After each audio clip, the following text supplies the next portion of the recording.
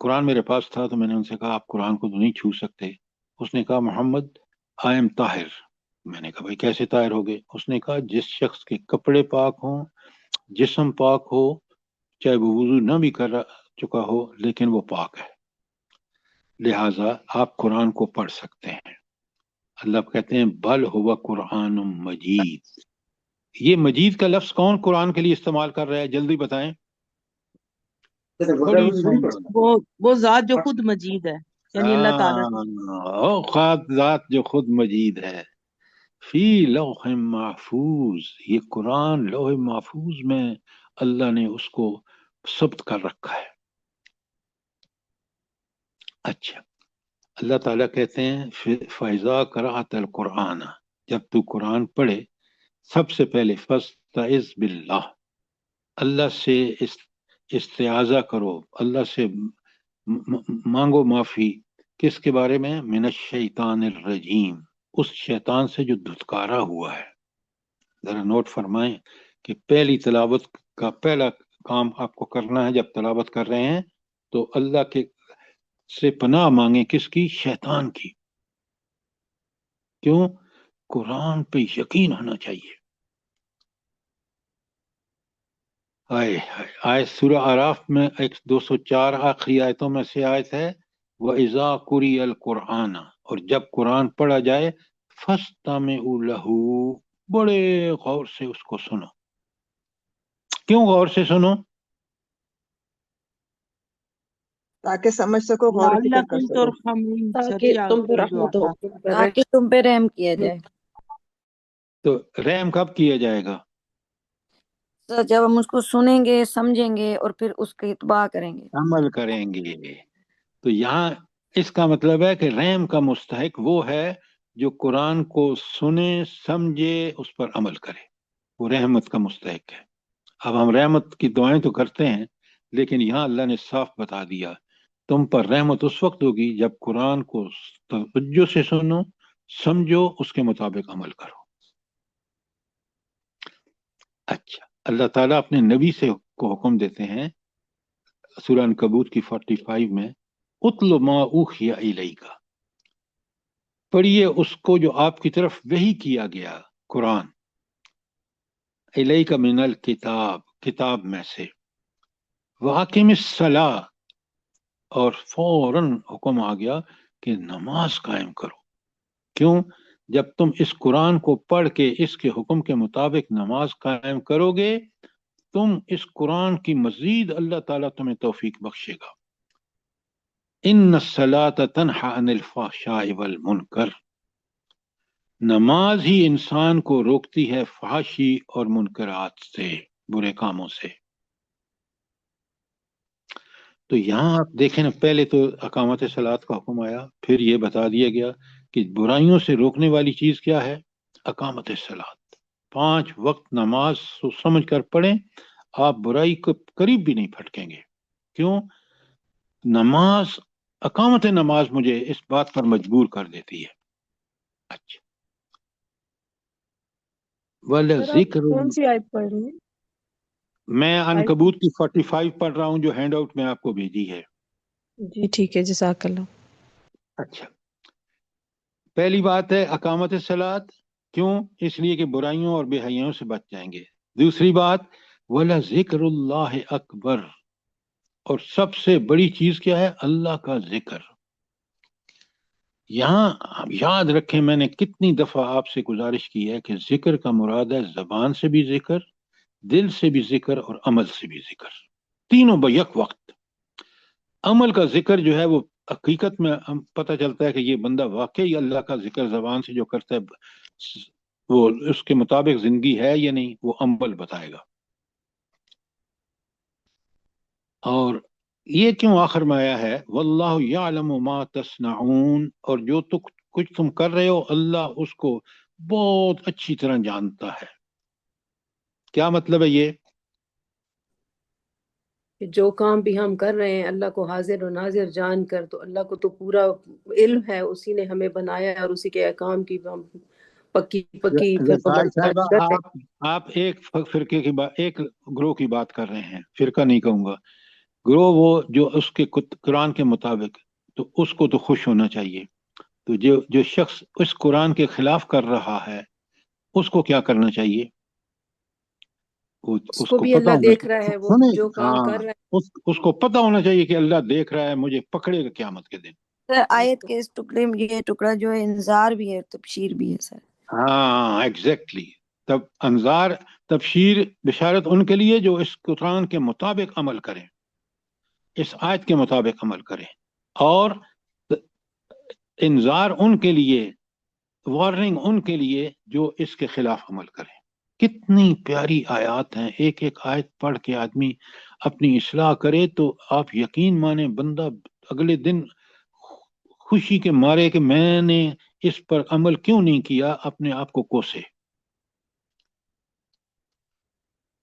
اللہ اکبر. اب آگے دیکھیں سورہ علق کی آیت جو پہلی وہی ہے. اللہ فرماتے ہیں اقرا، پڑھ، بسم ربک الذی، اس اللہ کے نام سے پڑھ، الذی خلق، جس نے تجھے پیدا کیا. اب یہ لفظ خلقہ آپ ثواب کے لیے تو پڑھ لیں گے، لیکن کبھی سوچیں کہ میں اور آپ کس طرح اللہ نے ہمیں پیدا فرمایا. ماں کے پیٹ میں کون ہے ہستی جو جس نے ہمارے لیے سارے بندوبست کیے، بچپن ہو، لڑکپن ہو، جوانی ہو، بڑھاپا ہو، سارے مراحل میں کس کے دست شفقت کے تحت ہم نے ان چیزوں کو گزارا ہے. یقین مانے آدمی تھوڑا سا، ہر آدمی اگر اپنے ماضی کو دیکھے تو وہ اللہ کی قدرتوں کا قائل ہو جائے. اقرا بسم ربک الذی خلق، خلق الانسان من علق. اللہ اکبر. اچھا اس میں کیا خاص بات ہے خلق الانسان من علق؟ یہ بتائیں ذرا مجھے جلدی سے. انسان اپنی تخلیق پر غور کرے کہ کس چیز سے پیدا کیا ہے. نہیں ناظرہ بابی، وہ تو آپ کی بات صحیح ہے، لیکن دیکھیں بنا کیا دیا اس نے، اشرف المخلوقات. سوچیں، صلاحیتیں، ذرائع، وسائل، سینسز، علم، حکمت، صلاحیتیں وہ دیں کہ بندہ دنگ رہ جاتا ہے کہ اس پانی کے قطرے سے پیدا کر کے اس کو بنا کیا دیا. تو یہ ہے اس کا خلق الانسان من علق کو ذرا تفصیل سے سمجھیں. لقد خلق الانسان فی احسن تقویم. ہوئے ہوئے ہوئے، احسن تقویم. ذرا سوچیں نا کہ کیا صلاحیتیں دے دیں اس کو،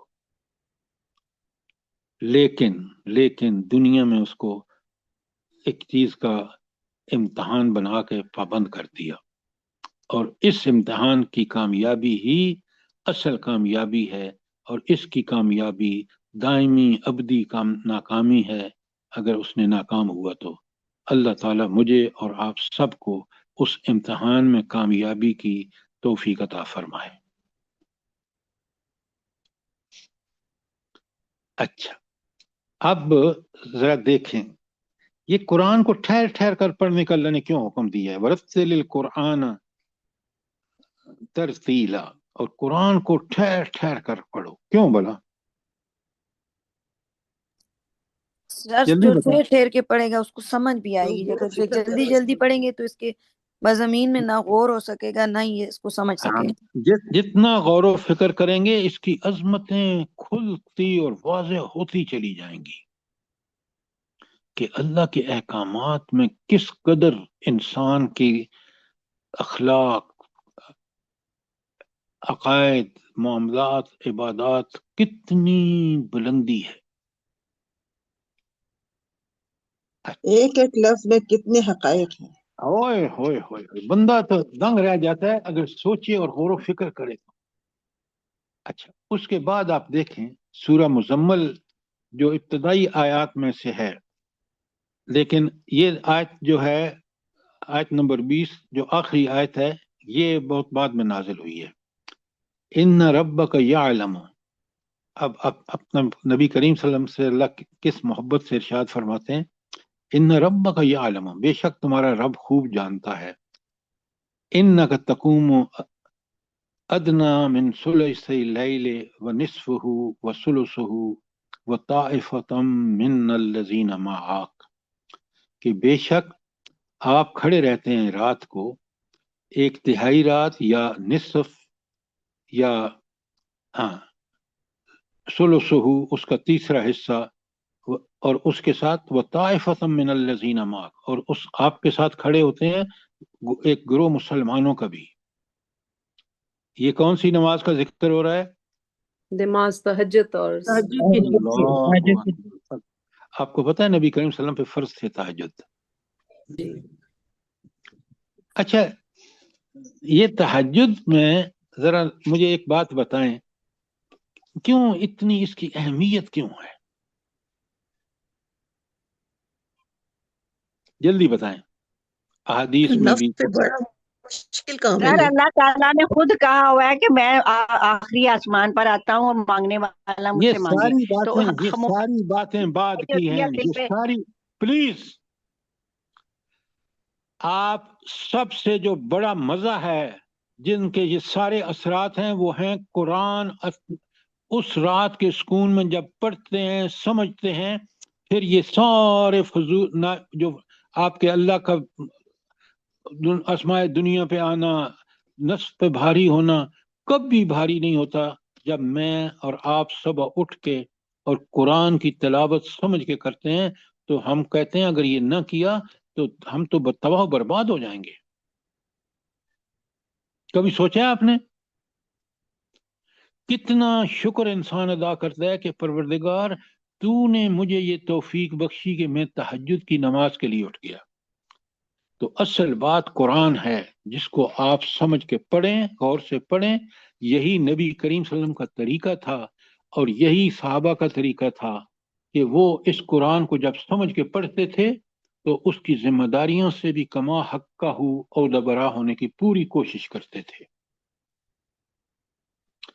اور اللہ کہتے ہیں واللہ یقدر اللیل والنہار، یہ دن اور رات کو فکس کس نے کیا ہے؟ اللہ نے کیا ہے۔ عالما لن تحصوہ فتاب علیکم، اس نے جان لیا اللہ تعالیٰ نے کہ لن تحصوہ فتاب علیکم، کہ تم یہ ذمہ داری پوری نہیں کر سکو گے، تو وہ تمہاری طرف متوجہ ہوا، اور متوجہ ہو کے اس نے کیا فیصلہ فرمایا اللہ نے؟ فَقْرَؤُوا مَا تَيَسَّرُ مِنَ الْقُرْآنِ، اب قرآن کو پڑھو جو تم آسانی سے پڑھ سکتے ہو۔ اب فرض نہیں ہے مسلمانوں پر، لیکن تہجد میں اگر قرآن آرام سے پڑھے گا، جتنا پڑھے سمجھ کے پڑھے، تو اس کو پتہ چل جائے گا کہ کہاں کہاں میں قرآن سے ڈیویٹ کر رہا ہوں۔ عالما، اللہ نے خوب جان سمجھ لیا،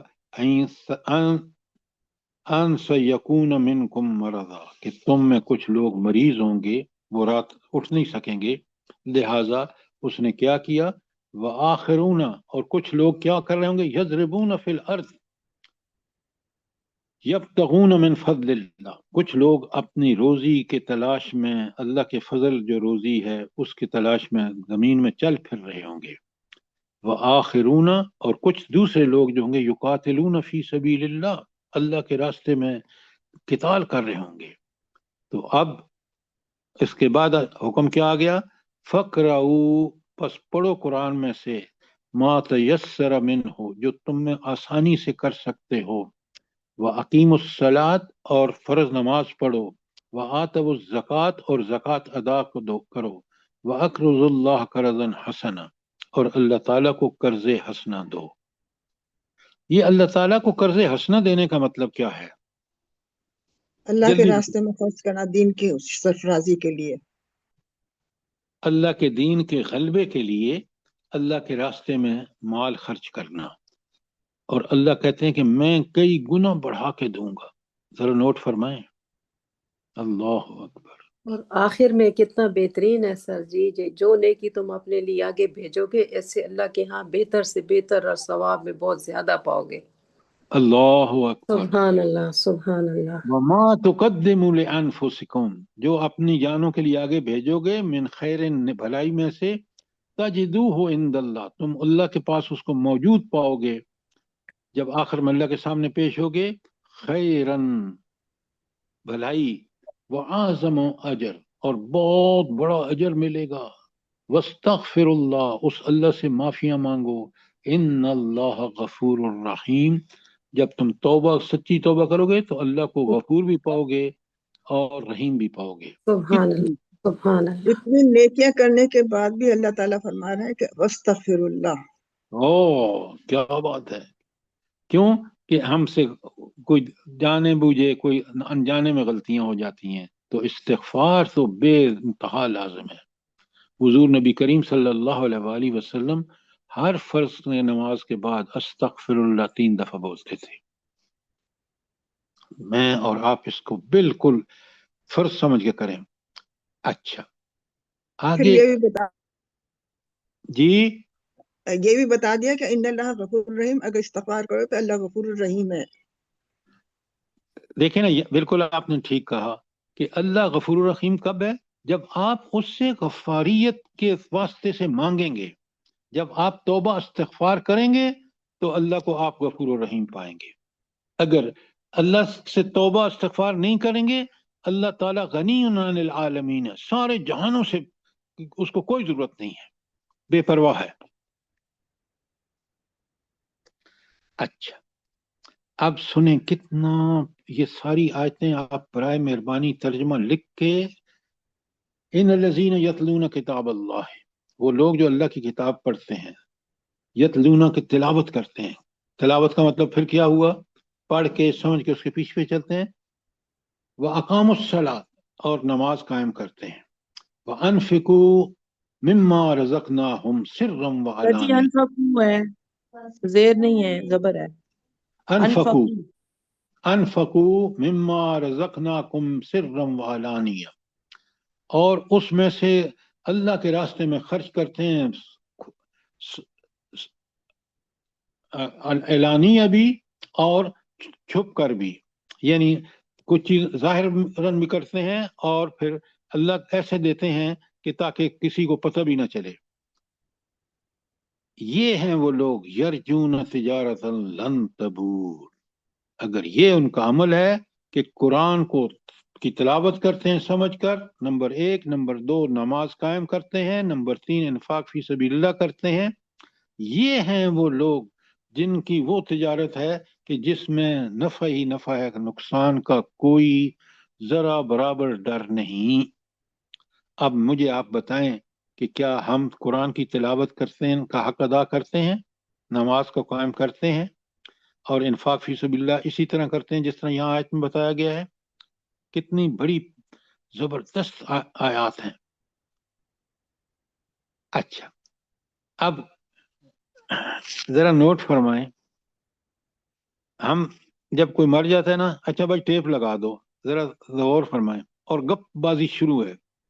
اللہ کہتے ہیں وقال الذین کفروا، وہ لوگ جو منکر قرآن تھے کیا کہتے ہیں؟ لا تسمعوا لہذا القرآن، اس قرآن کو مت سنو، والغوا فیہ، اور اس میں بکواس کرو، یعنی اس کے خلاف وہاں بولے، زور زور سے آوازیں نکالو.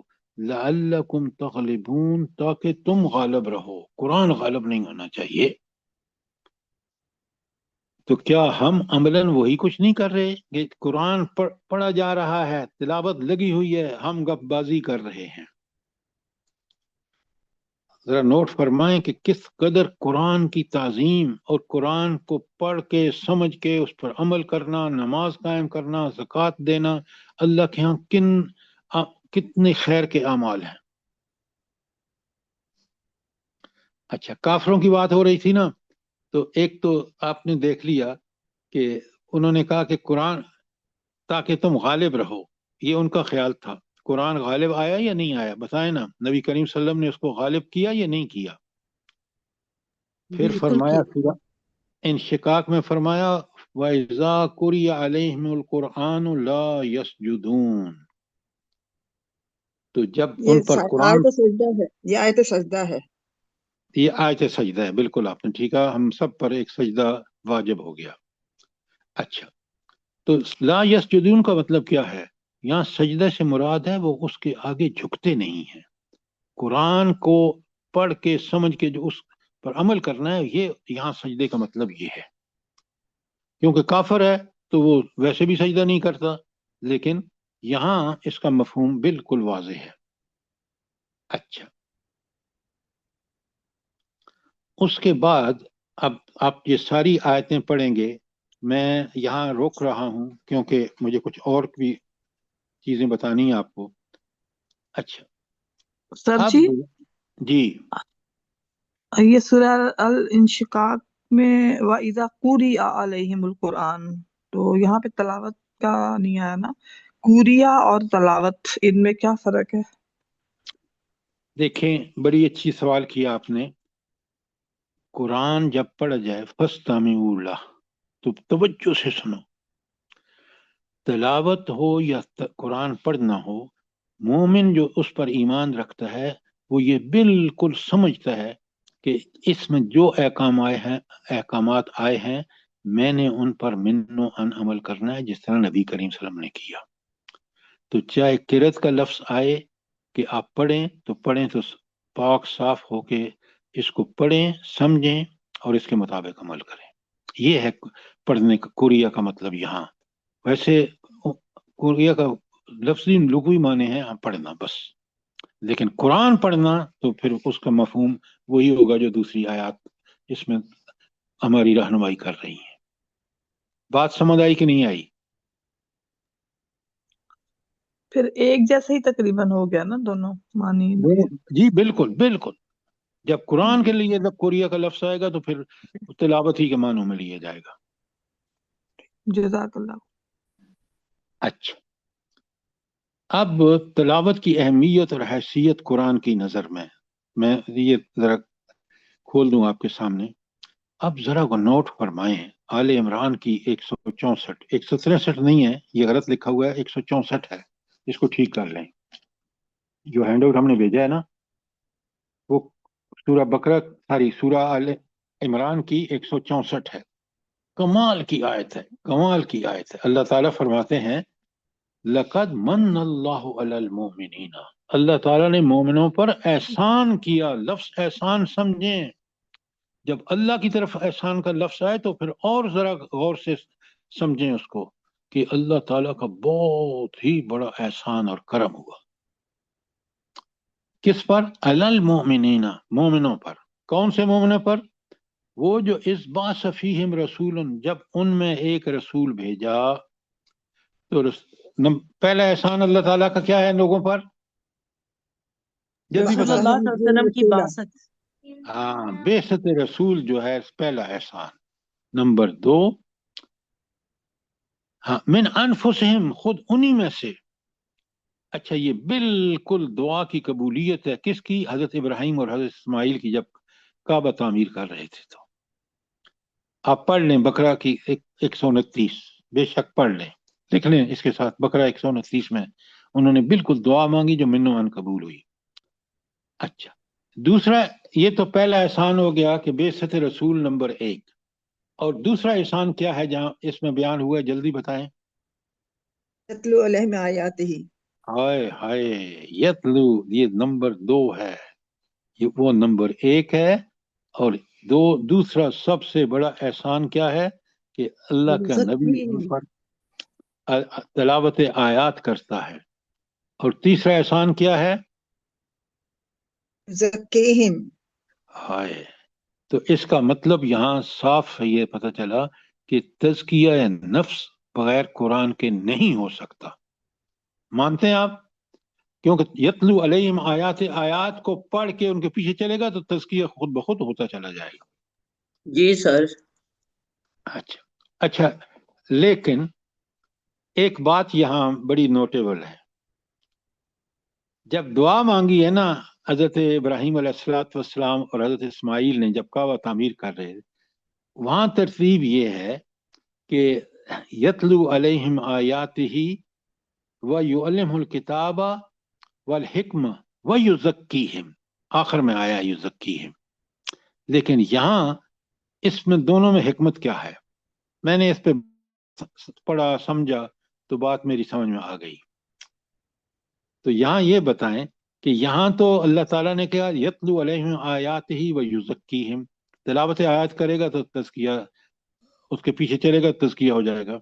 وہاں حضرت ابراہیم علیہ السلام اور حضرت اسماعیل علیہ السلام نے جب دعا مانگی تو انہوں نے کہا 3 کام کرے گا، یتلو علیہم آیاتہ و یعلمہ الکتاب والحکمہ، اس کے بعد یزکیہم کا لفظ آیا ہے۔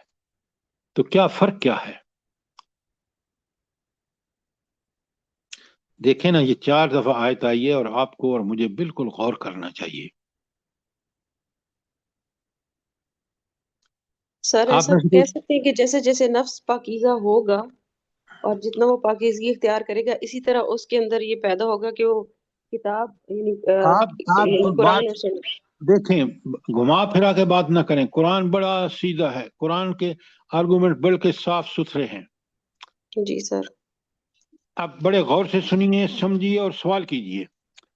اصل میں حضرت ابراہیم کا خیال یہ تھا، اور وہ بھی بالکل صحیح ہے، کہ 3 کام کرے گا، تلاوت آیات کرے گا، کتاب کو احکامات پڑھ کے اس پر عمل کرے گا، اور پھر اس کے حکمت بھی اس کو ملے گی، اور 3 کام کرے گا تو پھر تزکیہ اس کا ہو جائے گا۔ یہ تھا جو ان کی دعا تھی، تینوں۔ پہلے یتلو علیہم آیاتہ و یعلمہ الکتاب والحکمہ اور ویزکیہم۔ لیکن یہاں آپ دیکھ رہے ہیں، آپ کے سامنے آیت ہے کہ اللہ کہہ رہے ہیں، اللہ تعالیٰ فرما رہے ہیں کہ یتلو علیہم آیاتہ و یزکیہم، تلاوت آیات ہی سے تزکیہ ہوتا ہے۔ اب بڑے غور سے سنیں، بڑے غور سے سنیں۔ تلاوت آیات اگر پڑھ کے سمجھ کے ان کے پیچھے اس پر عمل کرے تو کس عمل کرنے سے پہلے جو علم ہے اس کا علمی تزکیہ ہو جاتا ہے۔ تو تلاوت آیات ہمارا فکر کا یا علم کا تزکیہ تو تلاوت آیات کافی ہے، اور جب یہ فکر پاکیزہ نہ ہو، عمل ٹھیک ہو ہی نہیں سکتا۔ تو جب عمل آپ کی فکر پاکیزہ ہو گئی تلاوت آیات سے، تو آپ کا عمل خود بخود عمل کریں گے، آپ کو حکمت بھی فکری بھی مل جائے گی سمجھنے میں، اور عمل کرنے میں آپ کو عملی حکمت بھی سمجھ آ جائے گی۔ تو اس لیے جب اللہ تعالیٰ نے ترتیب بدلی کہ اللہ نے فرمایا تلاوت آیات کے بعد تزکیہ ہوگا، تو وہ فکر کا تزکیہ ہوتا ہی تلاوت آیات سے ہے، اور اس کے بعد عمل فوراً انسان خود بخود اس پر راضی ہوتا ہے کہ وہ عمل کرے تو پاکیزہ فکر کے نتیجے میں کرے۔ بات سمجھ آئی کہ نہیں آئی؟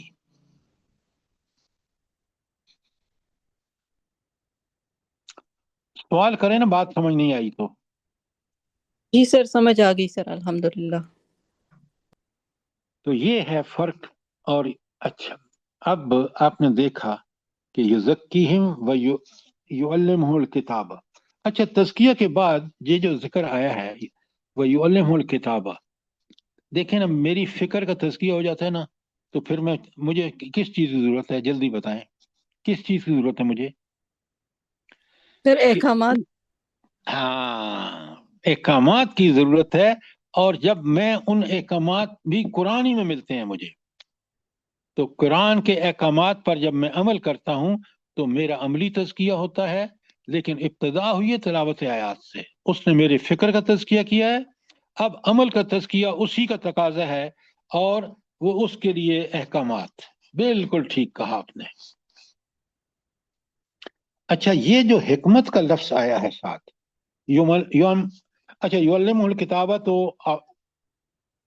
وہ ہیں احکامات، اس کا قرآنی ثبوت دے دوں آپ کو۔ کتب علیکم الصیام، تم پر روزہ فرض کر دیا گیا۔ کتب علیکم القتال، تم پر قتال فی سبیل اللہ فرض کر دیا گیا۔ یہ ہے کہ کتاب کی تعلیم کا مطلب ہے احکامات کی تعلیم۔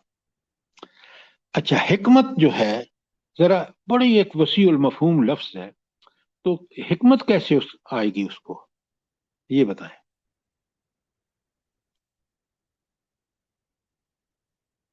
بڑے غور سے سنیں۔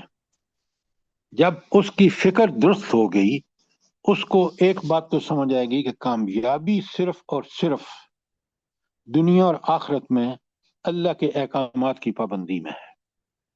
یہ سمجھ آئے گی نہیں آئے گی آپ کو اور مجھے؟ جلدی بتائیں۔ بالکل ایسے ہی ہے۔ جب فکر کا تزکیہ ہو جائے گا تو فکری حکمت تو اس وقت مجھے مل گئی کہ میری فکر پاکیزہ ہو گئی، اور جب میں نے عمل کیا تو میں نے دیکھا کہ یار یہ نماز ہی کو دیکھ لو، میں نے کپڑے بھی صاف، جسم بھی صاف پاک، اور ہر دفعہ پاکیزی میں رہنا، تو یہ تو مجھے عملی حکمت بھی پتہ چل گئی۔ مال میں سے جب اللہ کے لیے مال خرچ کرتا ہوں، غرباء کی مدد کرتا ہوں، مساکین کی مدد کرتا ہوں، غزہ میں مسلمانوں کی مدد کرتا ہوں، تو میں دیکھتا ہوں کہ کتنا مجھے سکون ملتا ہے۔ یہ میری عملی حکمت ہے، جو قرآن پر عمل کرنے کی حکمت ہے، وہ مجھے اب سمجھ آئی ہے۔ اگر میں ان بچوں کو جو غزہ میں روٹی کے لیے ترس رہے ہیں، ان کی بجائے اپنے بچوں کو 2000 کا کھلونا لے کے دیتا، تو یقین مانے میں کبھی چین نہ پا سکتا، جو سکون مجھے مل رہا ہے ان کی مدد کر کے۔ اب بات سمجھ آ رہی ہے نہیں آ رہی؟ بہت گہری بات ہے یہ۔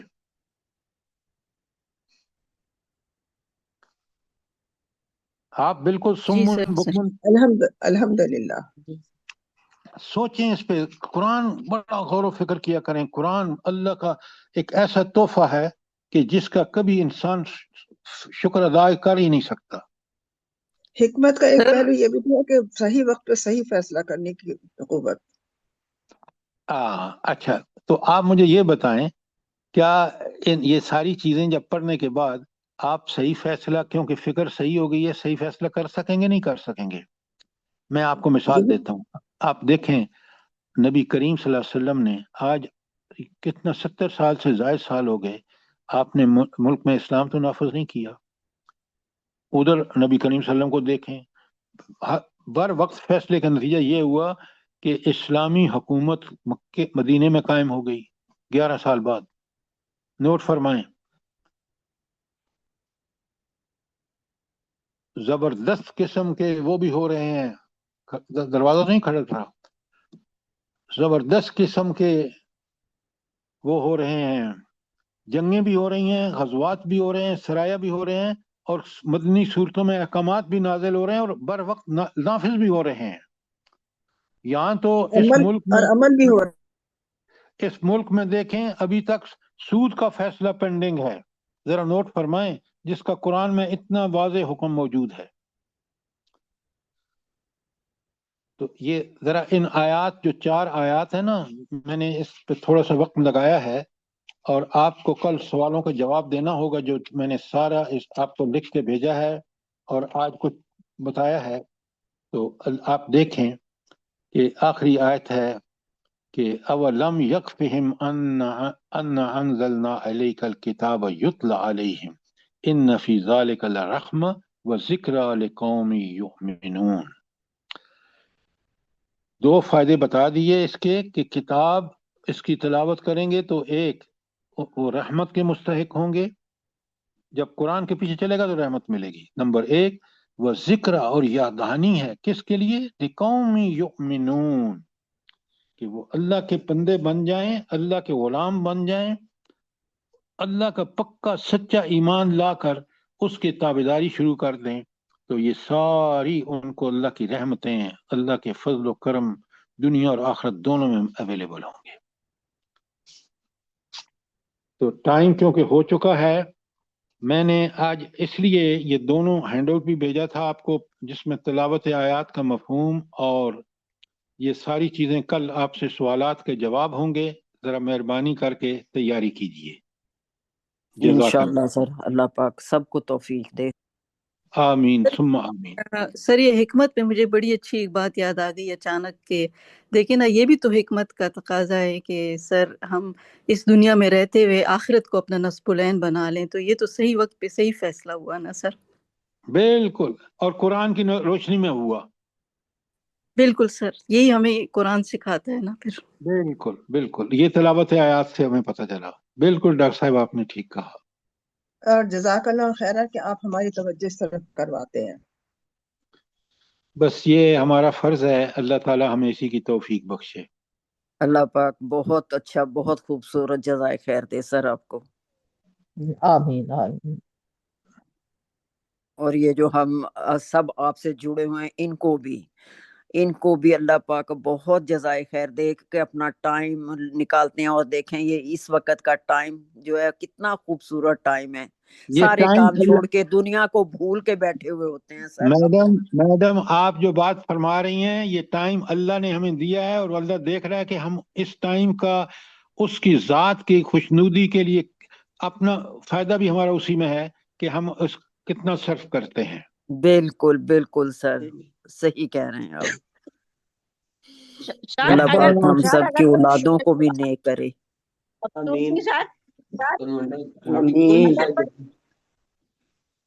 جی فرمائیے. بات یہ کرے کہ بھی ہمیں کچھ کہے کہ موسیٰ علیہ السلام اور فرعون کا بڑا ذکر ہوا ہے سارے قرآن میں، تو اس کا یعنی اس کا اصل جواب کیا ہوگا؟ یہی ہوگا نا کہ وہ ویسی وہ قوم کرتی تھی اور ہم بھی ویسے کر رہے ہیں. اچھا اب آپ نے یہ بڑا لمبا سوال ہے، میں کل جواب دوں گا آپ کو.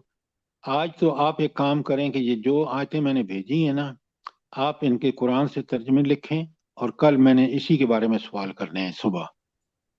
انشاءاللہ انشاءاللہ سر اللہ پاک سب کو توفیق دے.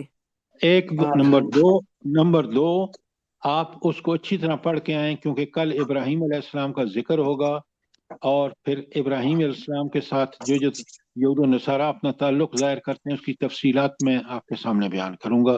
پھر آپ کو پتہ چلے گا کہ اصل میں تو جس توحید کے لیے انہوں نے اتنی قربانیاں دیں، بڑی بڑی قربانیاں دیں، کل ان کا ذکر ہوگا انشاءاللہ. انشاءاللہ سر دونوں کو پڑھ کے آئیں تاکہ پھر آپ پوری طرح پارٹیسپیٹ کر سکیں. سب دعا کریں، جو بھی بیمار ہیں بہن بھائی، جو بھی رشتہ دار دوست احباب، ان کے لیے سب کے لیے دعا آپ کریں. ذرا ایک منٹ، ایک بہن نے کہا کہ اس کے میاں سعودی عرب میں بیمار ہیں. آپ سب لوگ جہاں بھی دعا فرمائیں کہ اللہ تعالیٰ تمام مریضوں کو بشمول ان کے صفت کاملہ اور عائلہ عطا فرمائے. سر جی میرے بہنوئی کے لیے بھی دعا کر دیں، ان کی بھائی ایک جی سر یہ میں جو بولتی ہوں نا کہ بھائی یہ یہاں پہ ہم لوگوں کے بھائی ہیں، ان کے لیے سب دعا کریں، اللہ پاک ان کی تکلیفوں کو آسان کرے، صحت تندرستی والی زندگی دے. آمین. ربنا تقبل منا انك انت السميع العليم وتب علينا.